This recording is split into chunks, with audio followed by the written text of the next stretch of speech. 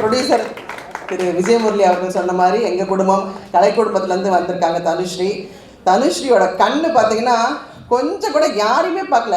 எங்கள் மிஸ்ஸை சொல்லி கொடுத்தாங்கப்பா, நான் தில்லு கட்டில தம்மு கட்டில சுற்றி ஆடுவேன்னுட்டு வேறு லெவலில் பிரித்து வைந்தாங்க. அவ்வளோ அழகாக ஆனாங்க. ஜதி சுத்தமாக அந்த கை கண் திரும்பி கூட பார்க்கல, அந்த சைடே அவங்க பார்க்கல.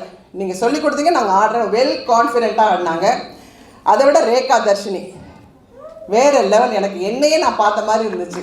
அந்த குழந்தை அவ்வளோ அழகாக இந்த ஸ்டேஜை விட்டு போயிட்டு திருப்பி ஜாயின் பண்ணும்போதும் சரி, ஒன்றும் அந்த அசைவுகள் எல்லாமே சூப்பர்.